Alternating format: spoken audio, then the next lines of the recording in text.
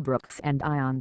Budget battle is debate with no substance. Vertical line PBS NewsHour. Vertical line October 4, 2013. Vertical line PBS. Player position absolute. Number sign head. Number sign correspondent. Callout width 120 px. Height 103 px. Float left. Margin right 0. Number sign head. Number sign correspondent. Callout divided. Margin bottom 8 px. Margin top 15 px.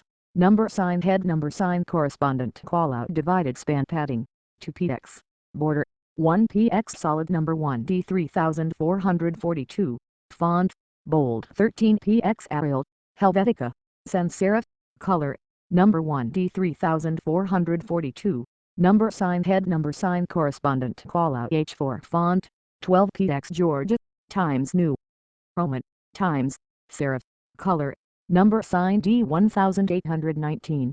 Number sign head. Number sign correspondent. Callout H4. 8 font 12 px. Georgia Times New Roman Times serif. Color number sign D1819. Number sign head. Number sign correspondent. Callout H4. A colon hover font 12 px. Georgia Times New Roman Times serif. Color number sign D1819.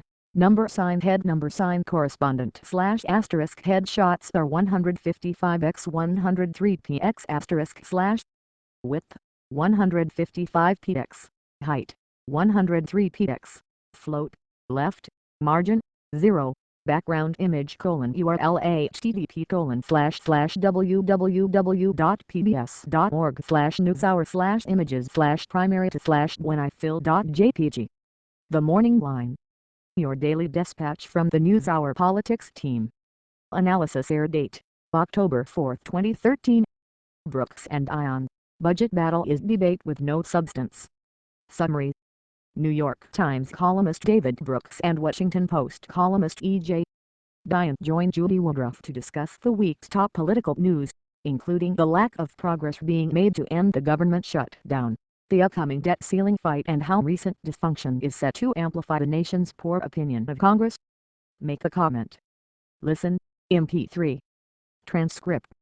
Judy Woodruff, and to the analysis of Brooks and Ion. That is New York Times columnist David Brooks and Washington Post columnist E.J. Dion. Mark Shields is off today. So we just heard from this gentleman, Kevin Geis, who works for the Air Force. He's furloughed. In-depth coverage. Political wrap. Article tools. Print. Email. Share Facebook. Twitter. Stumble upon.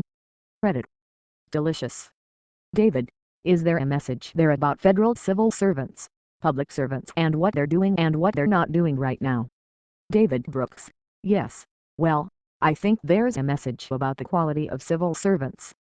I often ask Republican political appointees who are in the departments, how good are the people the professionals, the career people that you work with? And almost universally, even if a lot of the Republicans are not very fond of big government, but they say the people in the offices are quite impressive.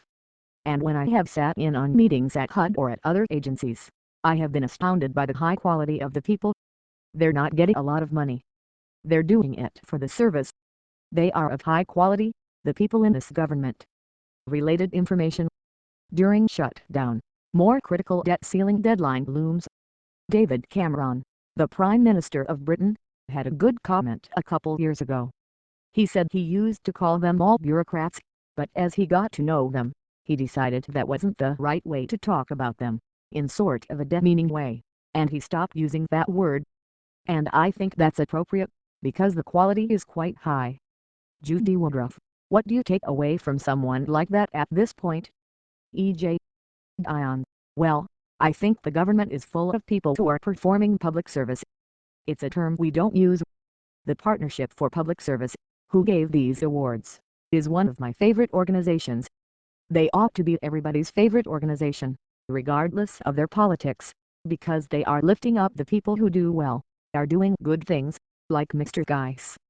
They're trying to recruit better people. And when you look at this shutdown, there's something so deeply disrespectful about it. The way that Congress can't just walk away from paying the salaries of all these folks. And what does that do to recruitment? What does